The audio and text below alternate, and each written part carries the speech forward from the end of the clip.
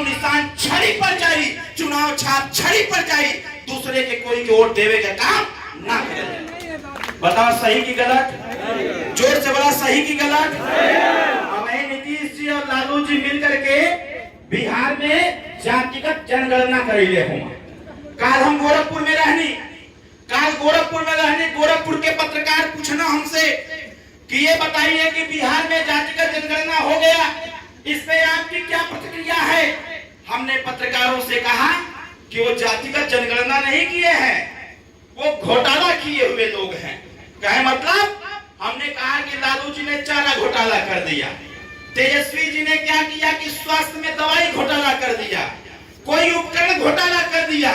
मतलब कि बिहार में घोटालेबाजों की सरकार इतनी घोटाला कर चुकी है कि उसी घोटाला के चक्कर में जातिगत जनगणना में जाति घोटाला लोगों ने कर दिया।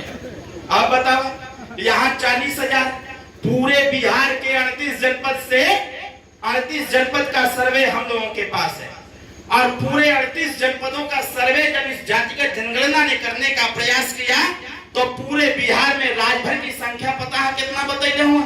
2,24,000। अगर सही से गिनती हो जाए तो खाली बक्सर लोकसभा में 2 लाख से ज्यादा अकेले राजभर रहता है साथियों। ये मैं दावे के साथ कहना चाहता हूं। इसलिए मैं मानता हूं ये जो लोग भी जातिगत जनगणना कराने का ड्रामा किए हुए लोग हैं, ऐसे लोग इसलिए इस आपकी जाति को कम आंकने का प्रयास किया है क्योंकि यहाँ पर ओम प्रकाश राजभर प्रवेश कर चुका है। अगर वो आप लोगों के जमीन को जिंदा कर दिया तो आने वाले 2025 में आधे से अधिक विधायक स्वयं भारतीय समाज पार्टी का हो जाएगा। इसलिए आपकी गिनती लोगों नहीं कराने का प्रयास। अगर आपकी गिनती हो जाएगी तो भारतीय संविधान के मानक के अनुसार आपको आवास देना पड़ेगा, आपको व्यवस्था देना पड़ेगा, आपके बच्चों को रोजी रोजगार देना पड़ेगा, आपके बच्चों को नौकरी देना पड़ेगा।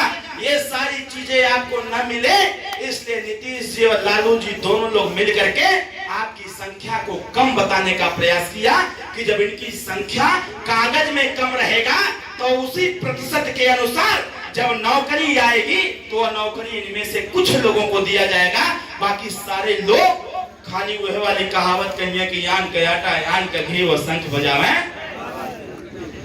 यह काम नीतीश जी करत है।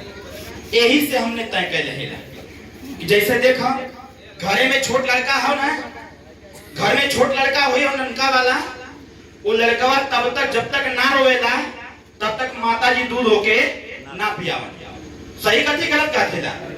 लड़का जब रोवा लगी जोर जोर से चिल्लाए लगी तो घरे में जे रही, चाहे चाचा हो, भैया हो, भाभी हो, माता जी हो, दादा हो, दादी हो, वो कहिए जेकर लड़का वाला ही गले बच्चे के दूध पियाला जल्दी से रोता।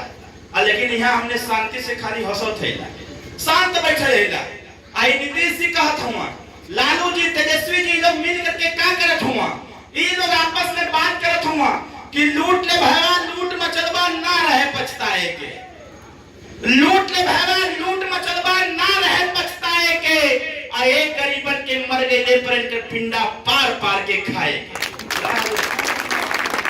यहाँ हमारे परेशान है ना कि आपके बच्चन के पढ़ाई कैसे अच्छा मिली, आपके लड़कन के नौकरी कैसे अच्छा मिली, आपके लड़कन के रोजी रोजगार कैसे मिली, आपके गांव का विकास कैसे हुई, आपके लड़की के पढ़ाई कैसे अच्छा हुई, आपका लड़का लड़की कक्षा 1 से MA तक बिना पैसा में कैसे पढ़िया, आपके लड़का लड़की की जो अमीर का पढ़ाई होता वो गरीब की कैसे मिली।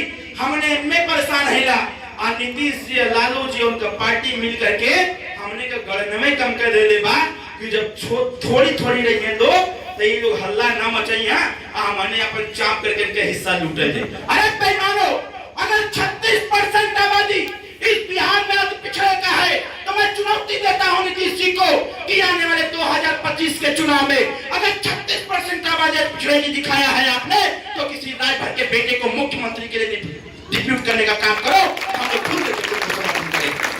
किसी राजभर के बेटे को बिहार में मुख्यमंत्री की कुर्सी पर बैठाने का वादा कर दो, घोषणा कर दो, तुम्हारे साथ खड़े हो जाएंगे।